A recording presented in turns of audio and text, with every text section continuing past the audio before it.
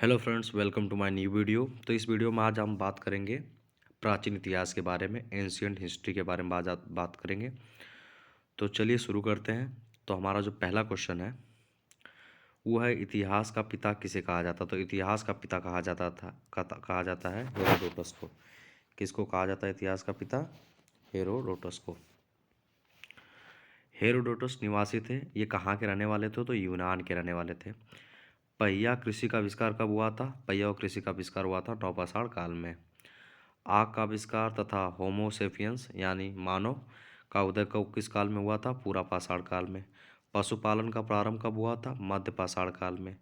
भीमबेटका भीमबेटका के बारे में अगर जानना हो तो क्या है वो? एक पुरातात्विक स्थल है। भीमबेटका प्रसिद्ध किस बात के लिए प्रसिद्ध है? वो गुफा शैल चित्रों हेतु। भीमबेटका कहाँ है? रायसेन जिला जो मध्य प्रदेश में है वहाँ पे ये है। विश्व का सबसे प्राचीन प्रथम अभिलेख कौन था? बोगाज गोई अभिलेख, जो एशिया माइनर में मिला था। आदि मानव ने सर्वप्रथम सीखा क्या? आग जलाना। मानव ने सर्वप्रथम प्रयोग किया किस धातु का? तांबे धातु का। सबसे पहले पालतू बनाया किसको? कुत्ते को। सिंधु सभ्यता का काल कहा जाता है 2500 से लेकर 1750 ईस्वी पूर्व तक। सिंधु घाटी की सभ्यता थी आदि ऐतिहासिक। सिंधु सभ्यता प्रसिद्ध थी किस बात के लिए? नगर नियोजन हेतु के लिए। सिंधु सभ्यता की जो लिपि थी वो कैसी थी? भाव चित्रात्मक थी, मतलब हम उसको देख के समझ सकते हैं कि वो कहना क्या चाह रहे हैं। सिंधु सभ्यता के लोगों का व्यवसाय क्या था? कृषि था। सिंधु वासियों का मुख्य फसल क्या था? जौ और गेहूं। कपास की खेती प्रारंभ की सिंधु वासियों ने। सिंधु सभ्यता का पूर्वी एवं पश्चिमी पुरास्थल है क्रमशः। पूर्वी जो पुरास्थल है वो है आलमगीरपुर, जो मेरठ उत्तर प्रदेश में है, तथा पश्चिमी पुरा स्थल है ये है सुतका गेंडोर, जो बलूचिस्तान पाकिस्तान में पड़ता है। सिंधु सभ्यता का उत्तरी एवं दक्षिणी पुरास्थल, उत्तरी वो है मांडा जो जम्मू कश्मीर पड़ता है, और दाइमाबाद है महाराष्ट्र में जो पड़ता है अहमदनगर में। आलमगीरपुर स्थित है किस नदी पर? हिंड नदी पर है। मांडा स्थित है चिनाब नदी के किनारे। और सिंधु सभ्यता नगरी व्यवस्था थी। सिंधु सभ्यता का विस्तार त्रिभुजाकार है। सिंधु सभ्यता का प्रमुख बंदरगाह था लोथल, जो कि गुजरात में है। लोथल स्थित है भोगवा नदी के किनारे। एक नदी है भोगवा नदी गुजरात में, उस नदी के किनारे क्या है? लोथल बंदरगाह था।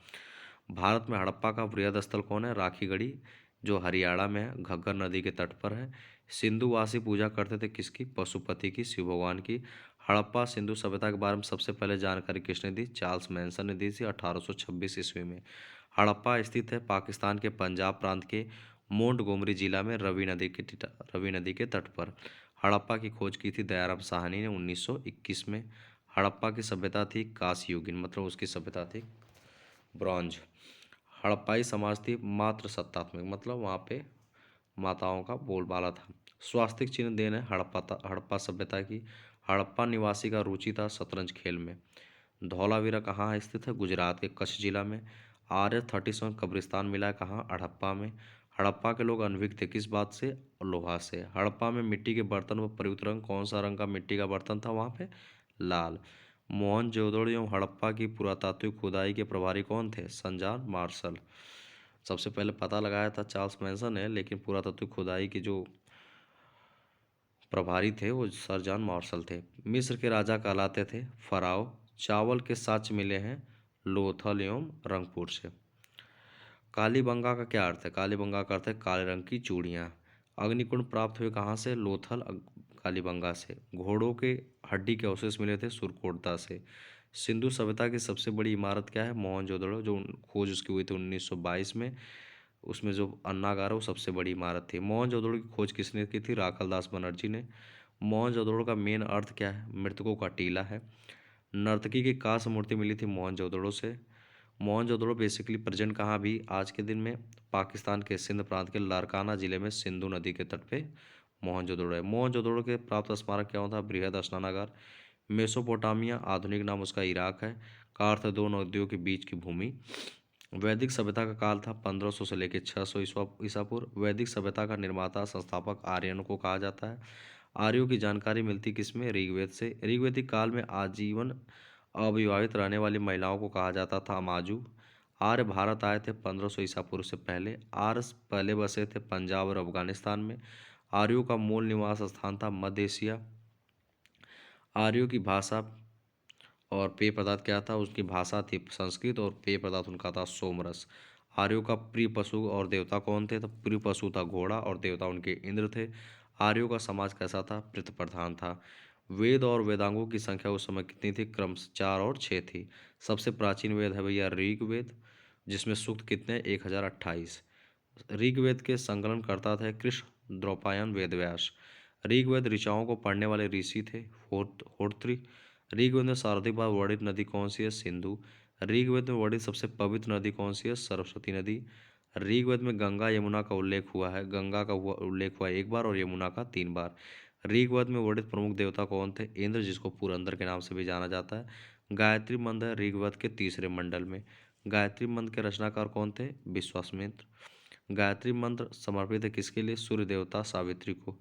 दसराज युद्ध, 10 राजाओं का जो युद्ध है उसका उल्लेख कहाँ मिलता है, ऋग्वेद के 7वें मंडल में। 10 राग युद्ध लड़ा गया किसके बीच में, परुशुड़ी रावी नदी के तट पर सुदास एवं 10 जनों के बीच में। 8वें मंडल की ऋचाएं कहलाती खिल। सोम देवता को समर्पित मंडल कौन सा है, 9वां। ऋग्वेद में सबसे बार निर्मित मंडल 10वां। ऋग्वेद की मूल लिपि क्या थी, ब्राह्मी लिपि। वैदिक काल में किस जानवर को अगन्या न मार्जन युग का माना गया, गाय को। उत्तर वैदिक काल के संबंध में जानकारी मिलती है सामवेद, यजुर्वेद और अथर्ववेद से। गोत्र शब्द की उत्पत्ति होती है उत्तर वैदिक काल में। उत्तर वैदिक काल के प्रमुख देवता कौन थे, प्रजापति। उत्तर वैदिक काल समाज में 4 वर्णों में विभक्त गद्य एवं पद वाला वेद है यजुर्वेद। यज्ञ संबंधी विधि विधान किसमें, यजुर्वेद में। तंत्र मंत्र संग्रहित वेद विधान किसमें, अथर्ववेद में। भारतीय संगीत का जनक किस वेद में है, सामवेद में। सामवेद यजुर्वेद के मंत्रों को उच्चारण करने वाले ऋषि कहलाए थे उद्गाता और अर्धायु। ऐतरेय ब्राह्मण संबंधित है ऋग्वेद से। पंचविश ब्राह्मण संबंधित है सामवेद से। गोपद ब्राह्मण संबंधित है अथर्ववेद से। और शतपथ ब्राह्मण संबंधित है यजुर्वेद से। पुराण की संख्या कुल 18 का अध्ययन करने वाला प्रथम मुसलमान कौन था, अल-बरूनी। पुराणों के संकलन करता थे लोमहर्ष एवं उग्रश्रवा। सबसे प्राचीन पुराण है मत्स्य पुराण। मौर्य वंश की जानकारी किसमें मिलती है, विष्णु पुराण से। सातवाहन वंश की जानकारी मिलती है मत्स्य पुराण से। गुप्त वंश की जानकारी मिलती है वायु पुराण से। उपनिषद विषय वस्तु किसका, दर्शन का। दर्शनों में सर्वाधिक प्राचीन कौन सा है, सांख्य दर्शन। न्याय सांख्य दर्शन के प्रवर्तक कौन थे, तो न्याय के गौतम है और सांख्य दर्शन के कपिल है। योग के पतंजलि और मीमांसा दर्शन के प्रवर्तक थे जैमिनी। ब्राह्मण ग्रंथ संबंधित है कर्मकांड से। उपनिषदों की संख्या 108, प्रमाणिक 13 है। सत्यमेव जयते लिया गया है मुंडकोपनिषद से। मुंडकोपनिषद से। तमसो माँ ज्योतिर्गमय तथा ओम लिया गया है बृहदारण्यक उपनिषद से। भारत की प्रथम कानून की पुस्तक थी मनुस्मृति। स्मृति ग्रंथों में सबसे प्राचीन कौन सा है, मनुस्मृति। प्राचीन हिंदू विधि मनुस्मृति के लेखक कौन थे, मनु। भारत का प्रथम महाकाव्य रामायण। रामायण के पिता थे महर्षि वाल्मीकि। भारत का सबसे बड़ा महाकाव्य महाभारत। महाभारत के रचयिता महर्षि वेदव्यास। महाभारत का अन्य नाम क्या था, जैन संहिता। महाभारत का फारसी अनुवाद रजनामा नाम से किया गया था, बदायूनी ने किया था 16वीं सदी में। रामायण का फारसी अनुवाद किया था बदायूनी ने। 4 वेदों सम्मिलित है संहिता। बुद्ध का जन्म हुआ था लुम्बिनी में 563 ईसा पूर्व में। बुद्ध के जन्म का प्रतीक कमल और साढ़। बुद्ध की मृत्यु हुई थी कुशीनगर में 483 ईसा पूर्व में। कुशीनगर थी मल्ल गणराज की राजधानी। बुद्ध की मृत्यु की घटना महापरिनिर्वाण कहलाती है। बुद्ध के पिता का नाम सुद्धोधन था, जो शाक्य कुल से बिलोंग करते थे। बुद्ध की माता का नाम महामाया देवी था, वो कोली वंश से आती थी। बुद्ध का अन्य नाम था सिद्धार्थ। बुद्ध के प्रथम गुरु थे अलार कलाम।